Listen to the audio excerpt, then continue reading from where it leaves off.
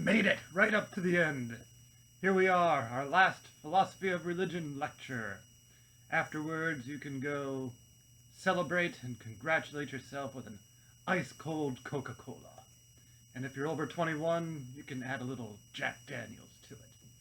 Okay, before this lecture, I'm supposed to read the following to you. Today's Philosophy of Religion lecture is brought to you by the Coca-Cola Corporation in conjunction with the Jack Daniels Company. So, today we're talking about the issue of life after death. Can we even make sense of that notion? Well, I promised you I'd be brief today, but this is an issue that comes up in a lot of religious discourse, this question of what happens when you die. It comes up even outside of the three monotheistic religions. In Hinduism, you can read the Katha Upanishad, all about a young boy, a teenage boy, whose father sends him to death, and he asks death, "Death, oh death, tell me this mystery. What happens when I die? Am I no more, or am I still?" Katha Upanishad is one of my favorite texts of Indian spirituality. In Western religions, the monotheistic religions, the notion of afterlife it appears in Judaism relatively late, just shortly before Christianity comes on the scene. If you read the Psalms, for example, the Psalms, central poetry, central religious texts of Judaism, you get the idea that it talks about going down into the dead, and that's it. There's no real robust notions of things like heaven or hell. Christianity really puts the question on the table. So let's try to think philosophically about this. You see, here's the first problem. Can I even make sense of the phrase life after death? I mean, isn't death just the end of life? Right? That's like talking about how long does the movie go after the end of the movie? No, once the movie's over, that's the end of the movie. There is no more movie after the end of the movie. How many more pages are there after the end of the book? It's an incoherent question, asking about life after death in that sense. Well, your first objection here might be, perhaps there's life after bodily death, you say to me. Well, if you ask that question, it seems to me you're presupposing something that I've talked about in this course before. You're presupposing Cartesian dualism. Cartesian dualism. What is that, you ask me? Come on, man, that was back at the beginning of the semester. So much has happened since you told us about Cartesian dualism. When you told us about Cartesian dualism, we were happy, sitting in the classroom, smiling, friendly. There was no coronavirus pandemic. Then, trauma happens, and you're just still talking about Cartesian dualism, like we're supposed to remember that, like nothing happened. Okay, I'm sorry. Calm down. I'll remind you about Cartesian dualism. It comes from that guy, René Descartes. René Descartes posits, and this is a simplification, as it often is with us,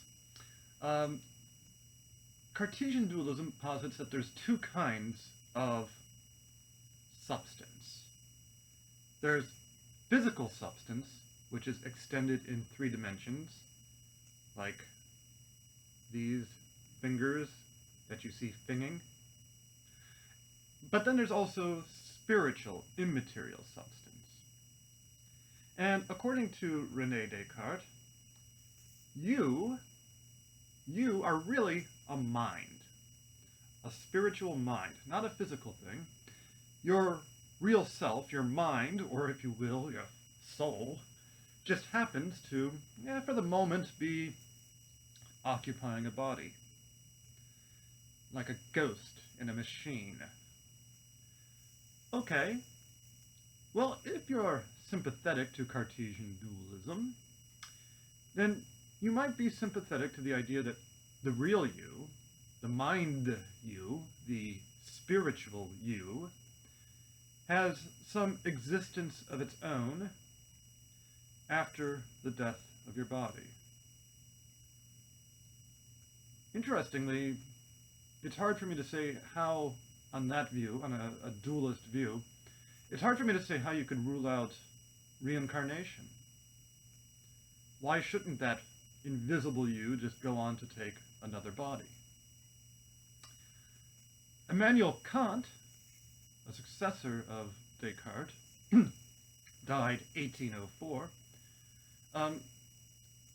Kant points out that the question of the afterlife on this kind of dualist view, the question of what happens to your consciousness. So Descartes, by the way, Cartesians, Descartes I don't think uses it, but Cartesian philosophers of religion will talk about the real you as a center of consciousness.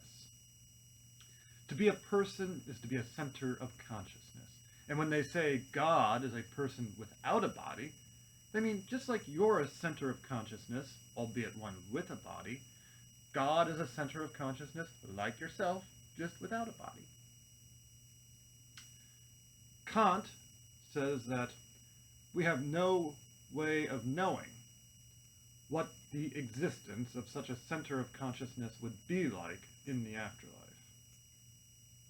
What is heaven? What is hell? Those are questions with which philosophers must not concern themselves, thinks the Kantian. But what if you're sympathetic to a more traditional view? And yes, it is the more traditional view that you're not a disembodied spirit. What if you're sympathetic to the view of somebody like, oh, I don't know, who's the paradigmatic thinker of the Christian religion? Thomas Aquinas. What if you're sympathetic to the views of Thomas Aquinas?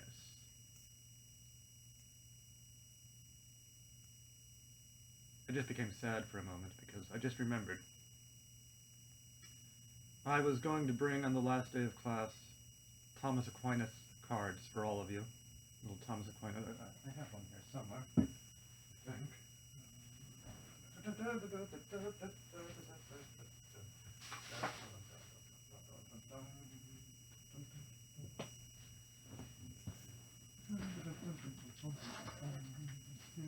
Here they are. Here's the Aquinas cards. See, I was going to bring little Thomas Aquinas holy cards for you. It's got the prayer of Aquinas, the patron saint of students, on the back. Well, maybe when we get together again in the fall, I'll have some Aquinas cards if you'd like one. What did Aquinas think a person was? Did Aquinas, this paradigmatic Catholic theologian / philosopher, think that a person is a disembodied center of consciousness?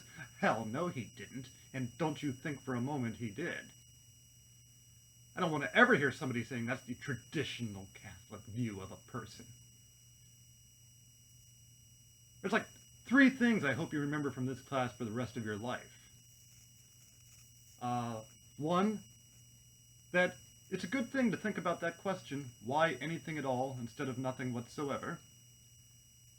2, and I hope you'll remember this from any philosophy class, philosophers think really hard about stuff, and in a very rigorously logical way.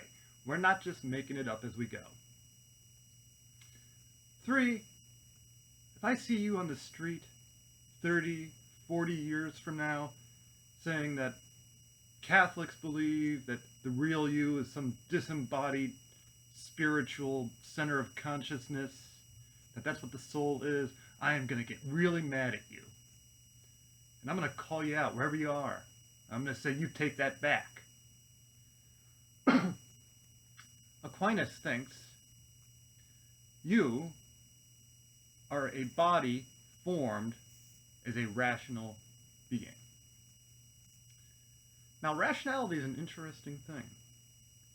What is rationality? What is rationality?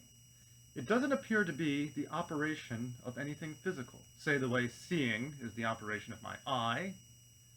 Say the way hearing is an operation of my central nervous system via my ear. The way, say, walking is an operation of my legs. That was my legs, by the way. Rationality. Oh, you say, well, what about the brain? The brain is simply the central organ of the nervous system, right? The brain is simply where all the perceptions that come into your five senses get centralized, synthesized into a coherent realm of experience.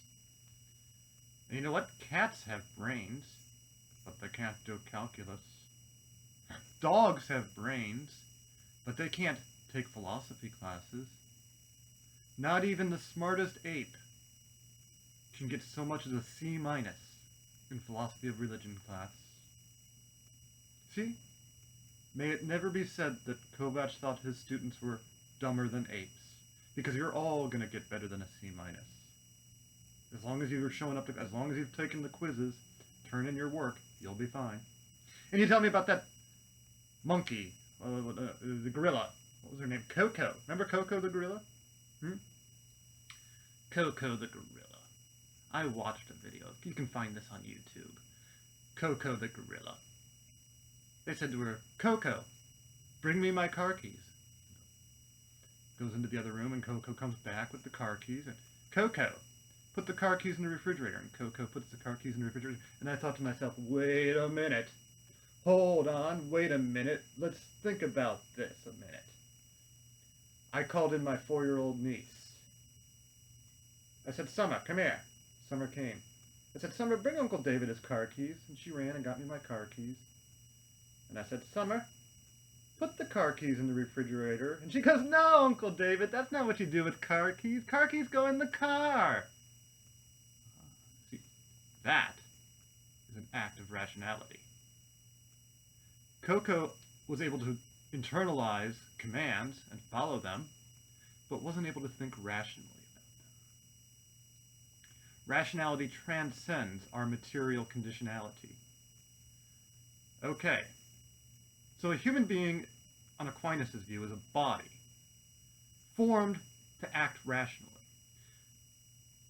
If rationality is something that doesn't depend on the body, then thinks Aquinas, yeah, rationality can have some kind of existence after the death of the body. But you can't. You're not rationality. You're a body that acts rationally, that acts its rationality out. So, can you ever have life after death? Well, here is, I think, the most thoroughly Christian answer. There can be human life after death. You can live after your fatal heart attack, if and only if there is such a thing as bodily resurrection. Only if, at some point in the future, perhaps by some act of God, your body comes back together, all those little bits of DNA and dirt and all the stuff that makes up the cells and atoms, which are you, comes back and then reunites with that act of rationality, which was able to maintain some sort of quasi-existence in the meantime, then you'll be back. That's the only sense, I think, that a Christian can make of the notion of life after death. Ghosts, on the traditional Christian view, are off the table. There will be no ghost you, neither in heaven nor on this earth, unless you're a Cartesian dualist, which traditionally is not the Christian position. So, I promised you this last lecture would be short. I won't take any more of your time. I'll make some videos next week to help you write your final paper. Life after death is a perfectly legitimate question for your final paper. Can any sense be made of life after death? Can there be life after death if you're a Cartesian dualist? Is there a reason to prefer the dualist versus the traditional view when it comes to life after death? Can any sense be made of what life after death would look like? These are all Good questions. I'd be interested in hearing what some of you think about these questions. You can put some comments down there in the com box for me. I'll try to respond to some of them. Hope you're all well. We're almost done. May 4th. You never have to think about me or my class again, although I hope you will. I hope you will. Okay. Be well. Bye now. Oh, if you're going to be around next year, I'm teaching in the fall. I'm teaching philosophy and Christianity. It's full right now. The wait list is full. I don't know why people want to take a class with me, but you can keep an eye on that if there's an opening. In the spring, it's really unclear right now what I'm teaching in the spring. I might be not teaching any advanced philosophy courses, but time will tell. Things are up in the air, changing by the minute. See you.